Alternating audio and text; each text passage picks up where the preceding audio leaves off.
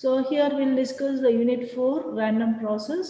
So the random process is actually the function of both the sample space and time. See here random process is function of two variables, the sample space and time. So the random process is nothing but the family of functions. Okay, it is denoted as x less than or equal to x t comma s, where s belongs to the sample space. What is capital S here? The sample space, whereas t belongs to capital T. What is capital T here is the time. Okay. So here we can obtain the random variables from the random process. What is random process? It is the family of waveforms or functions. Okay, from that we can obtain the random variables. How do we obtain random variables? We fix the time. Time is equal to tk. So at t is equal to tk, what is that we have discussed? We have discussed that the random process capital S is function of time and sample space. Now time is fixed tk. So what is that we get? The random variables, that is xk of s is the random variables, whereas here is time is fixed and we are measuring all the sample space values at that particular time. Okay. And another way of obtaining the random variables here is, that is the sample function of a random process. How do you obtain the sample function of random process here? We fix the sample point, that is we fix the particular outcome, okay, of the sample space. At that particular outcome the time is varied. Okay, see here, what is the random process? Capital X is function of time and sample space, where time is not fixed here, whereas sample space s is fixed at I. Okay, so it can be given as xi of t. Okay, so this xi of t is called the sample function. Okay, so like this we can obtain the random variables from the random process. These are the two methods we can obtain the random variables from the random process. Okay, so what is random process? See here, these are the family of curves. What is x1, x2, so on, xn are the outcomes. x1, x2, so on, xn are the outcomes of um, the outcomes of a experiment. Okay, and this x1, x2, so on, xn are varying with respect to time. Now we are measuring this waveforms at particular time instance t1, so that we get x1. This is the random variable. Okay, that is the one way of getting random variable. Another way of getting random variable is fixing this sample space and measuring the varying the time.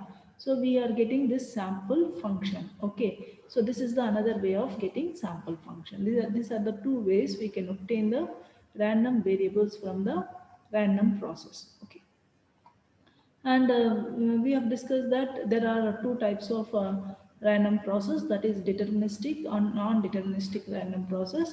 So the deterministic random process is that the sample function values can be predicted. If you are able to predict the sample function values, then we call it as deterministic. If you are not able to predict the sample functions, then it is called non-deterministic. Okay. So now we'll discuss the classification of random process. Here we have four classifications, that is continuous random process, discrete random process, continuous random sequence, and discrete random sequence. Okay, what is that here?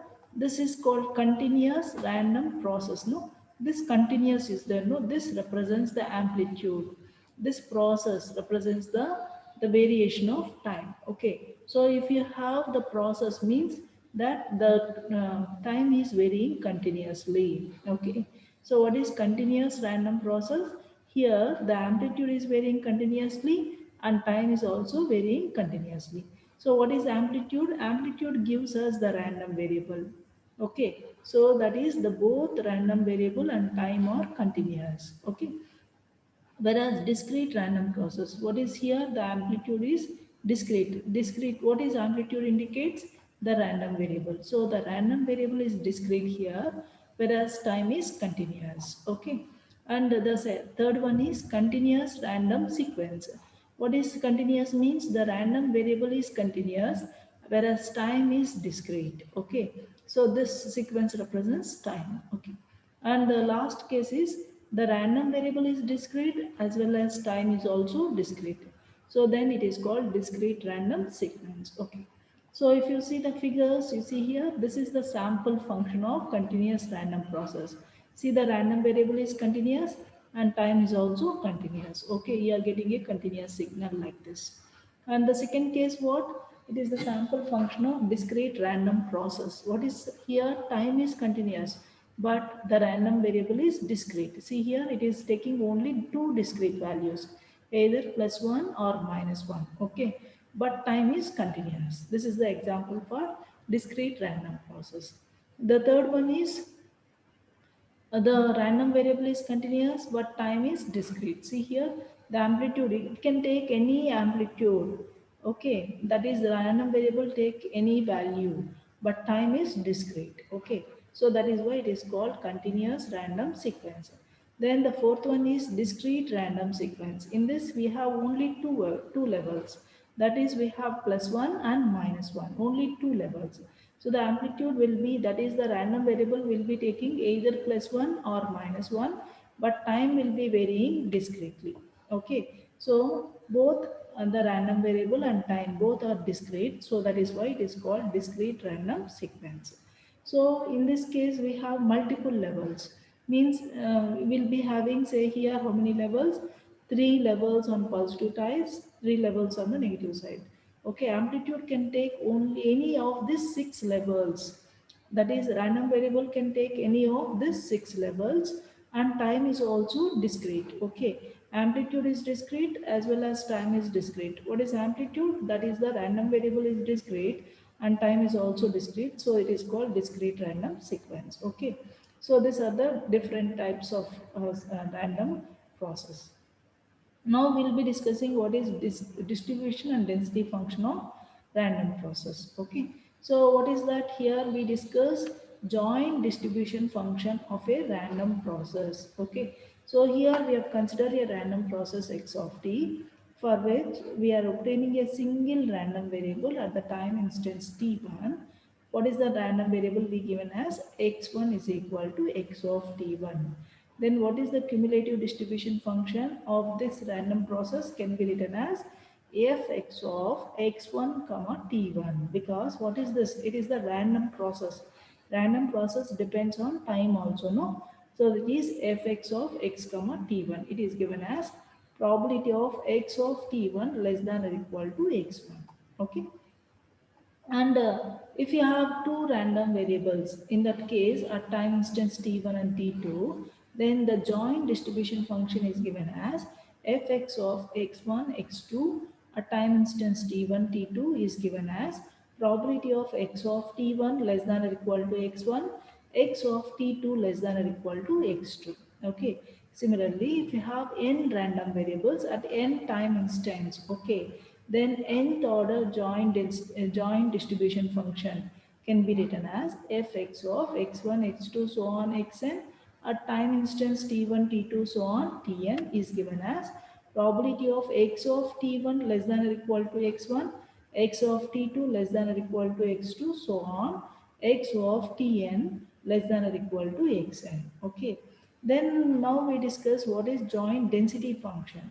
So we know that the joint density function is derivative of distribution function. Okay. Now what is the first order density function?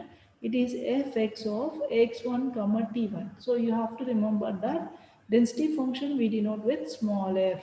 Okay. Distribution function we denote with capital F. Okay. So it is fx of x1 t1 is equal to, it is derivative of fx of x1 t1. What is the random variable here? X1, no? So we have to differentiate with x1 only. So it is fx of x1 t1 divided by dx1. Now if you take two second order joint density function, in this case we write it as, we have to differentiate with the random variables x1, x2. What are the random variables here? X1 and x2, no? So it is given as fx of x1, x2, t1, t2 is given as dou square fx of x1, x2, t1, t2 by dou x1, dou x2. Okay. Similarly, for nth order, we have to differentiate with n random variables here. So dou x1, dou x2, so on, dou xn. Okay. Now, in the case of discrete, okay, we will be having the probability mass function. So, the what is the probability mass function is given as fx of f px of x1, x2, so on xn at time instance t1, t2, so on tn will be equal to what? Probability of x of t1 is equal to x1, probability of x of t2 is equal to x2, so on x of tn is equal to xn. Okay. Now, for example, you have independent random process. When you say that random process are independent, we say that here if you have n dimensional, nth order distribution density function, nth order joint density function will be equal to product of the individual density functions or marginal density functions. Okay, this product of individual density functions. So fx of x1, x2, so on xn at time instance t1, t2, so on tn is equal to what? Fx of x1 t1, fx of x2 t2, so on fx of xn tn. So the nth order joint density function will be equal to product of individual density functions. Okay, then that the random process is called independent random process. Okay, similarly, for example, you have two random process, and this random process have the joint density functions given as fx of x1, x2, so on xn at time instance t1, t2, so on tn, and other random process y of t is having the joint density function is given as fy of y1, y2, so on yn at time instance t1 dash, t2 dash, so on tn dash. Okay. Then these two random processes are said to be independent if it satisfies the condition. Here you see that the uh, joint density function of these two random process. Okay, what is that? How do we write? Fxy of x1, x2, so on xn, y1, y2, so on ym. How do you get x1, x2, so on xn? At time instance t1, t2, so on tn, and y1, y2, so on ym we obtain at the time instance t1 dash, t2 dash, so on tm dash. That is equal to what? The product of the individual joint density functions, that is fx of x1, x2, so on xn, t1, t2, so on tn into fy of y1, y2, so on ym at time instance t1 dash, t2 dash, so on tm dash. Okay, if these conditions are satisfied, then we say that those two random variables are independent. Okay.